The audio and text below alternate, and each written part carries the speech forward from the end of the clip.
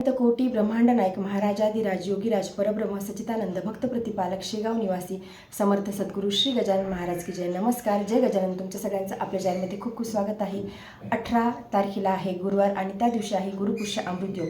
ज्या दिवशी पुष्य नक्षत्र हे गुरुवारी येते त्या दिवशी गुरुपुष्य अमृत योग हा तयार होतो आणि श्री गजानन विजय ग्रंथामध्ये गुरुपुष्य अमृत योगाचं खूप जास्त महत्त्व आहे. गुरुपुष्य अमृत योगावरती बसून एका आसनावरी जो याचे पारायण करी राहुनी या सुचिरभूत त्याच्या अवघा मनोकामना खचित होतील पूर्ण जाणा कसल्याही असोत यातना त्याच्या त्या निरसतील. एवढं महत्त्व श्री गजानन विजय ग्रंथामध्ये श्री दासगणू महाराजांनी सांगितलं आहे. त्यामुळे तुमची कसलीही इच्छा असो ती जर का पूर्ण होत नसेल तर गुरुपुष्य अमृत योगावरती श्री गजानन विजय ग्रंथाचं पारायण नक्की करा. तर 18 तारखेला गुरुपुष्य अमृत योग हा सकाळी 6:02 सुरू होणार आहे तर उत्तर रात्री 11:38 गुरुपुष्य अमृत योग आहे. म्हणजे संपूर्ण जो दिवस आहे तो गुरुपुष्य अमृत योग त्यामध्ये आहे आणि संपूर्ण दिवस हा पारायण करण्यासाठी मिळणार आहे. आता श्री गजानन विजय ग्रंथाचं पारायण कसं करायचं आहे, कुणी करायचं आहे, नियमांचं काय काय पालन करायचं आहे याबद्दलचीच माहिती आपण घेणार आहोत.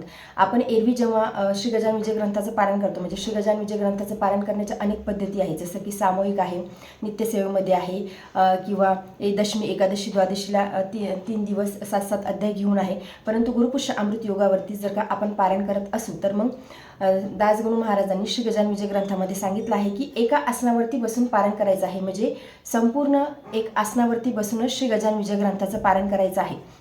तुमच्या कोणत्याही इच्छा असो म्हणजे कुणाचं लग्न होत नसेल, घर होत नसेल, नोकरी लागत नसेल किंवा अन्य कुठल्याही इच्छा तुमच्या असतील त्या जर का पूर्ण करायच्या असतील तर गुरुपुष्य अमृत योगावरती श्री गजानन विजय ग्रंथाचं पारायण करायचं आहे. फक्त एवढंच आहे की त्यामध्ये आपल्याला उठायचं नसते. म्हणजे श्री गजानन विजय ग्रंथामध्ये 21 अध्याय आहे तर 21 अध्याय वाचण्यासाठी किती वेळ लागेल? एक जनरली पकडून चला की 6 ते 7 तास एवढा वेळ लागेल. आता समजा कुणाला सवय आहे जे नित्यसेवेमध्ये रोज श्री गजानन विजय ग्रंथाचं वाचन करतात किंवा मग दशमी एकादशी द्वादशीला पारायण करतात, तो जो ग्रंथ आहे त्यांच्या ओळखीचा आहे, जवळचा आहे, मग अशा वेळी काय होतं की पटपट अध्याय वाचून होतात. परंतु जे नवीन आहेत त्यांना थोडा जास्त वेळ लागू शकतो.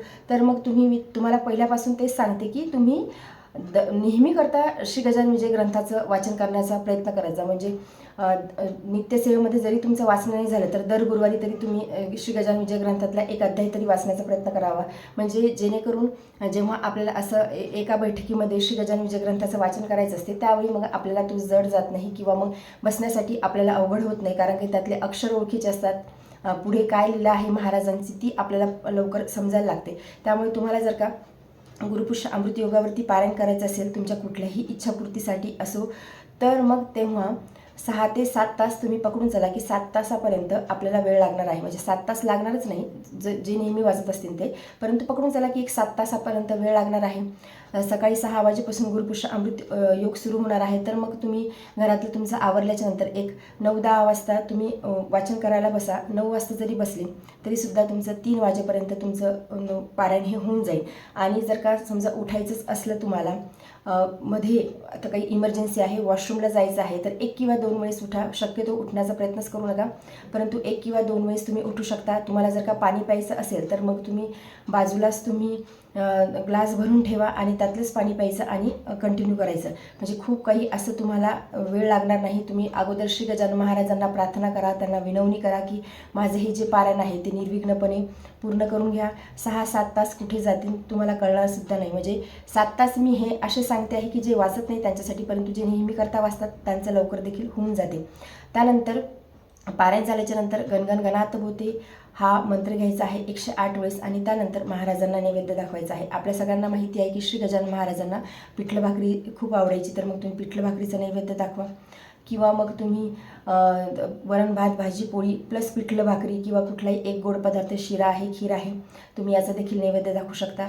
शक्यतो घरी बनवण्याचाच प्रयत्न करा. बाहेरची मिठाई वगैरे महाराजांना नैवेद्यामध्ये दाखवण्याचा प्रयत्न करू नका. ते यासाठी की आपल्याला माहीत नसते की ती टेस्ट केली आहे नाही केली आहे. आपण जेव्हाही महाराजांच्यासाठी नैवेद्य बनवतो किंवा आपण देवांच्यासाठी जेव्हा नैवेद्य बनवतो त्यावेळी आपण त्याची चव बघत नाही. आपण नैवेद्य जसाचा तसा दाखवतो, नंतरच आपण तो प्रसाद म्हणून ग्रहण करतो, तेव्हाच आपण त्याची चव बघतो.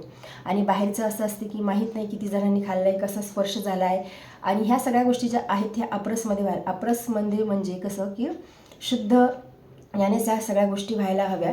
त्यासाठी आपण घरीच म्हणजे खीर बनवा तुम्ही किंवा मग शिरा बनवा.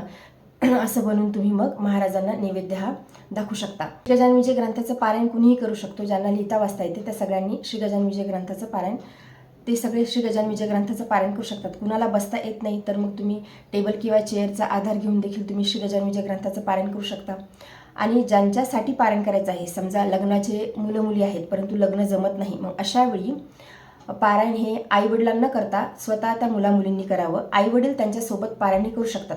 समजा कोणी आजारी व्यक्ती आहे तर मग त्याला बसता येणार नाही, त्याला पारायण करता येणार नाही, तर मग तुम्ही त्या व्यक्तीसाठी पारायण करू शकता आणि त्या व्यक्तीसाठी ते पारायण समर्पित करू शकता त्याचा आजारपण दूर होण्यासाठी. किंवा कोणी समजा आता घरामध्ये काही चालू आहे आणि ते सगळं दूर करायचं आहे, मग अशा वेळी तुम्ही स्वतः पारायण करून त्या व्यक्तीला ते सगळं काही समर्पित करू शकता. तर ह्या गोष्टी तुम्ही करू शकता. हे नियम तुम्ही फॉलो करा. आणि एक नियम असा पाळायचा आहे की शक्यतो आपल्याला उठायचं नाही. एवढाच एक नियम आहे की शक्यतो उठायचं नाही. एका आसनावरती एका बैठकीमध्येच आपल्याला पारायण करायचं आहे. उठायची जर का मध्ये गरज पडली तर 1 किंवा 2 वेळेस तुम्ही उठू शकता. जास्त वेळ उठण्याचा प्रयत्न करू नका. तसं तर उठण्याचाच प्रयत्न करू नका. महाराजांना प्रार्थना करा. महाराजांना सांगा की मी या इच्छापूर्तीसाठी हा संकल्प घेऊन हे पारायण करत आहे, तर मग तुम्ही ते माझं पारायण हे निर्विघ्नपणे पूर्ण करून घ्या. श्री गजानन महाराज हे भक्तवत्सल आहेत. श्री गजानन महाराज हे भक्तांच्या हाकेसाठी धावून येतात. श्री गजानन महाराज हे भक्तांच्या ओला हाक देतात. महाराज हे भक्तांचा पाठीराखा आहे. त्यामुळे तुम्ही महाराजांना विनवणी करून तुम्ही गुरुपुरुष अमृत योगावरती पारायण करण्याचा प्रयत्न करा. महाराज नक्कीच तुमचं हे जे पारायण आहे ते निर्विघ्नपणे पूर्ण करून घेतील आणि तुमच्या ज्या काही इच्छा आहेत ते महाराज नक्कीच पूर्ण करतील. तर आजच्या व्हिडिओमध्ये एवढेच. व्हिडिओ जर तुम्हाला आवडला असेल तर व्हिडिओ लाईक करा. चॅनलवरती नवीन चॅनलला सबस्क्राईब करा. जय गजानन. धन्यवाद.